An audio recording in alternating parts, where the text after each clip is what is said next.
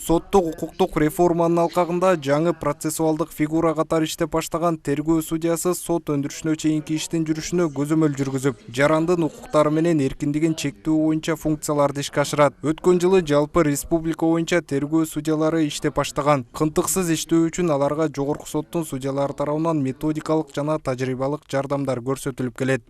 Жогорку сот тарабынан видеоконференц-связь уюштуруп, региондор менен сүйлөшүп турдук. Кандай болуп атат, кандай сурооңор болуп атат.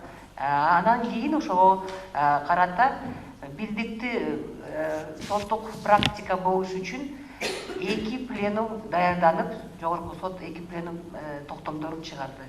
Биринчи токтом ушу тергөө судьялары боюнча, экинчи токтомдор бөгөт коюу чарасын тандоо убагындагы ошол 2 пленумду 6 айдын ичинде ошо 2 пленум даярдалды.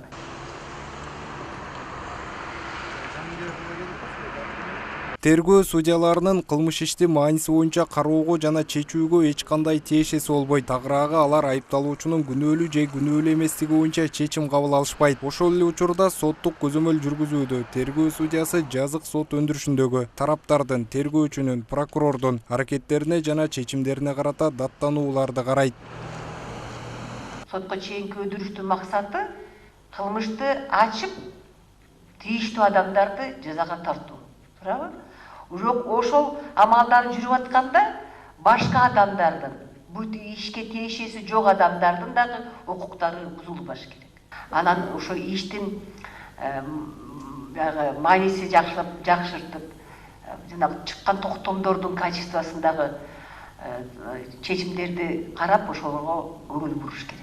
Бул институтту ишке киргизүү үчүн соттордун саны 56 штаттык бирдикке коюп, тергөө судьясы институту шаардык жана райондук сотторго киргизилген. Анткени облустук жана райондор аралык соттор экинчи баскыч болгондуктан өз алдынча кылмыш иштерин карабайт. Биринчи баскычтын гана чечимдерин карайт. Жазык процессуалдык кодекстин 31 беренесинде тергөө судьясы аткара турган бир катар ыйгарым укуктар көрсөтүлгөн.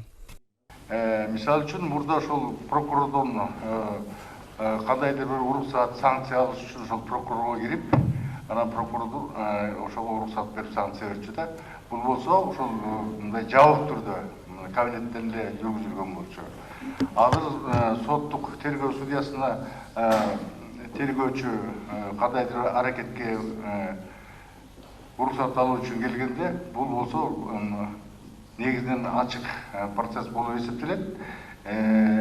Жада протокол жүргүзүлөт да. Бул ошол жабыктууларды ойдон калбайт. Бул ошол соттук материалдарда протокол жүргүзүлүп, ошол ачык болгонун билдирет. Айта кетсек, 2019 жылдын 9 айында өлкө боюнча тергөө судьялары тарабынан 21923 соттук материал каралган. Автандил Бактыбеков, Азат Султаналиев, СТВ.